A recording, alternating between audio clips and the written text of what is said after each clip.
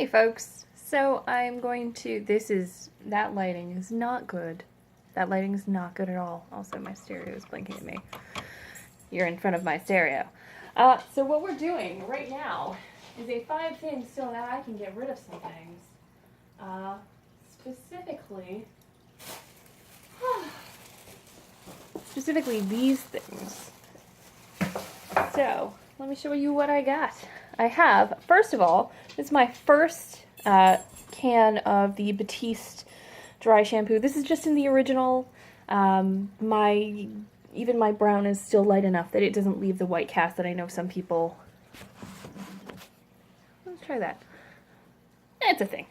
Some people say that you should worry about. I really, really, really liked this. I actually had this highly recommended from a friend of mine. So, yeah, I actually already have a backup, and I intend to keep buying more, because there was a lot in there. My only complaint is that I was trying to figure out why the last few times I went to use it, it didn't really seem that effective. So it's kind of, when you get to the end, there's more, you have to make sure you really, really shake it.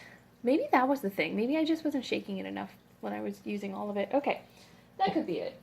Also, if I have never explained it, 5 things is where I do like a very short empties video because I talk too much.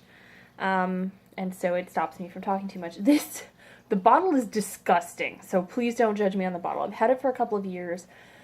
This is the Big Sexy Hair, or just, well, it's the Big Sexy Hair brand. This is the Healthy Sexy Hair Soy Renewal with Argan Oil. Not the one that comes with like the wheat and it comes in a pump. That would have been great. This stuff wasn't bad, but it's covered in product because it just constantly oozes product. Like, you can't have it knock over at all because like it leaks constantly. This friggin' bottle leaks. And there's still like probably a good third of it left. And this wasn't cheap either. Like this bottle was like 25, 26 bucks like 3 years ago. And it was 4.2 fluid ounces. So there's a fair whack of product in here. I'm not going to say that for the amount of product it wasn't good. Like, it was a lot of product for the price.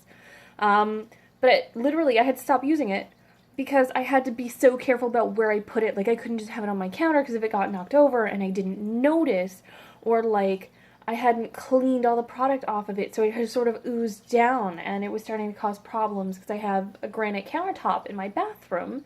So it was causing problems by like... Yeah. Nope.